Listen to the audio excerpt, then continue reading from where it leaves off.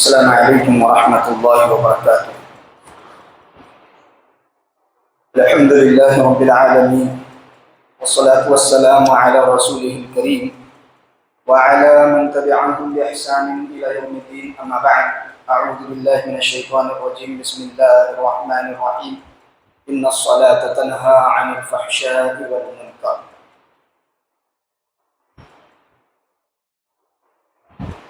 جناب امیر محترم،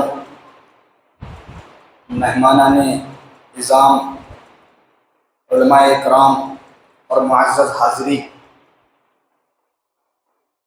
ہر قسم کی تعریف اللہ رب العالمین کے لائق اور زیبا ہے، جس نے ہم تمام کو اس دنیا کے اندر پیدا کیا۔ درود و سلام نازل ہوں تمام انبیاء کرام علیہ السلام پر، اور خصوصاً درود و سلام نازل ہوں ہمارے اور آپ کے آخری نبی جناب محمد رسول اللہ صلی اللہ علیہ وسلم پر۔ محترم حاضرین، مختصر سی حمد و ثنا کے بعد چند باتیں مجھے آپ کے سامنے رکھنی ہیں۔ موضوع کا حق شیخ محترم نے ادا کر دیا ہے، تقریباً ساری باتیں آپ کے سامنے نماز کی اہمیت اور فضیلت کے تعلق سے آپ کے سامنے رکھی جا چکی ہیں، اور اللہ کا احسان ہے کہ ایک بڑی تعداد نے اس چیز میں حصہ لیا ہے۔ جانتے ہیں آپ، نماز دین کا ایک اہم رکن ہے، شہادتین کے اقرار کے بعد جو سب سے پہلی چیز وہ نماز ہے۔ بندہ لا الہ الا اللہ محمد رسول اللہ کے بعد نماز پڑھا جانا ہے۔ ایک مسلمان پر سب سے پہلی چیز یہی فرض ہوتی ہے۔ مومن کی زندگی سے نماز کا بڑا گہرا تعلق، مومن کی زندگی پر اثر انداز ہوتی ہے نماز، یہ اہمیت ہے۔ اور کون سی نماز اثر انداز ہوتی ہے؟ ان الصلاۃ تنہی عن الفحشاء والمنکر، جو کہا گیا کہ نماز بے حیائی کے کاموں سے روکے، نماز سب پڑھ رہے ہیں، اللہ ماشاء اللہ پہلے کے مقابلے میں نمازی آج زیادہ ہیں، پہلے کے مقابلے۔ ہم نے اپنے بچپن میں دیکھا تھا جوانوں کو نمازوں سے مطلب نہیں تھا، لیکن اللہ کا شکر ہے آج نوجوانوں کی ایک بڑی تعداد مسجد میں ہے، اللہ کا احسان۔ لیکن مسئلہ کیا ہوا، نماز کی جو اصل روح تھی وہ ختم ہو گئی۔ نمازی پڑھ رہے ہیں، مسجدیں کشادہ ہو رہی ہیں، لیکن نماز کی روح ختم ہو گئی۔ اور اس کی سب سے بڑی وجہ کیا ہے جانتے ہیں آپ؟ نماز کا طریقہ نہیں ہے، نماز پڑھنے کا ڈھنگ نہیں ہے۔ حضرت ابو ہریرہ رضی اللہ تعالیٰ عنہ کا قول ہے کہ ایک انسان بوڑھا ہو جاتا ہے نماز پڑھتے، لیکن ایک نماز بھی اس کے قابل قبول نہیں ہوتی۔ کیا؟ لا یتم رکوعها ولا سجودها، نہ اس کا رکوع مکمل ہوتا ہے، نہ سجدہ اس کا مکمل ہوتا ہے، نہ قیام اس کا مکمل ہوتا ہے، اور نہ اس میں خشوع اور خضوع ہوتا ہے۔ نماز کچھ بھی نہیں، نمازیں روح سے خالی، بس آ رہے دن ہوتی ہے اور رات ہوتی ہے، زندگی یوں ہی تمام ہوتی ہے، بس ایسے گزر رہے ہیں، سب پڑھ رہے ہیں، میں بھی پڑھ رہا ہوں۔ کیوں پڑھ رہے ہیں، کیسے پڑھنی چاہیے، اس کا درد رکھنا ہے۔ اور یہ جو کیوں اور کیسے والی جو بات ہے، اس کا حل یہاں پر ہونے والا ہے انشاءاللہ۔ ہم میں سے بہت سارے لوگ ہیں عمر کے آخری پڑاؤ پر ہیں، ہم میں سے بہت سارے لوگ ہیں جوان ہو چکے ہیں۔ یہ خیال کرنے کی ضرورت نہیں ہے کہ میری نمازیں اچھی ہیں، میں پوری ذمہ داری کے ساتھ یہاں پر کھڑے ہو کر یہ بات کہہ رہا ہوں۔ یہ بات تصور کرنے کی نہیں ہے کہ میری نماز بالکل درست ہے، واللہ سوچنے کی ضرورت ہے نماز درست نہیں ہے، کسی کا قیام برابر نہیں ہے، کھڑے ہونے کا ڈھنگ نہیں ہے، رکوع اچھا نہیں ہے، سجدہ اچھا نہیں ہے، نماز پڑھتے ہوئے پوری مسجد میں نظریں گھوم رہی ہیں۔ کہاں وہیں سے روکیں گے ہم؟ نہیں روکیں گے، یہ نماز کوئی فائدہ نہیں پہنچائے گی۔ علامہ ابن قیم رحمہ اللہ نے نمازیوں کی 5 کیٹیگریز بتائی، 5، اور ان 5 میں انہوں نے ایک کیٹیگری ایسی بھی بتائی کہ انسان نماز پڑھنے کے بعد بھی گنہگار ہو جاتا ہے۔ نماز پڑھنے کے بعد گنہگار، نماز پڑھنے کون آتا ہے؟ ثواب کی نیت سے نا، ثواب لینے کے لیے آتے ہیں، لیکن گناہ لے کر جا رہے ہیں۔ نبی کریم صلی اللہ علیہ وسلم نے بدترین چور قرار دیا، چور کبھی زندگی میں چوری کی نہیں کی، نماز میں کر رہا ہے، نماز میں کر رہا ہے۔ کیوں؟ نہ رکوع ڈھنگ کا، نہ سجدہ ڈھنگ کا، نہ قیام ڈھنگ کا، چرا رہا ہے نماز سے، نماز کو چرا رہا ہے۔ آپ صلی اللہ علیہ وسلم نے فرمایا بدترین چور ہے۔ وضو ڈھنگ سے نہیں ہوگا نماز نہیں ہو سکتی آپ سے۔ نماز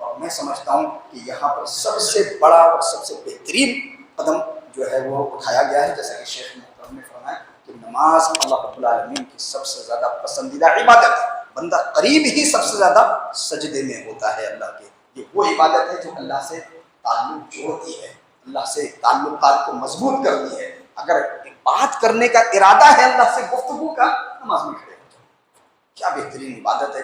اس عبادت کی درستگی نبی کریم صلی اللہ علیہ وسلم کے فرمان کی روشنی میں ہمیں ہونی چاہیے۔ کبھی وہاں کھڑے ہو کر کسی کو وضو کرتے ہوئے دیکھتا ہوں، بڑی کوفت ہوتی ہے، وضو کرنے کا طریقہ نہیں معلوم، وضو کرنے کا طریقہ نہیں معلوم ہے، سر پر مسح کس طرح سے کیا جائے گا وہ نہیں معلوم ہے، پیر ہاتھ کہاں تک دھوئے جائیں گے وہ نہیں، اس کا علم نہیں ہے، مسجد میں آنے کے آداب کیا ہیں، جانے کے آداب کیا ہیں، کسی بات کا علم نہیں۔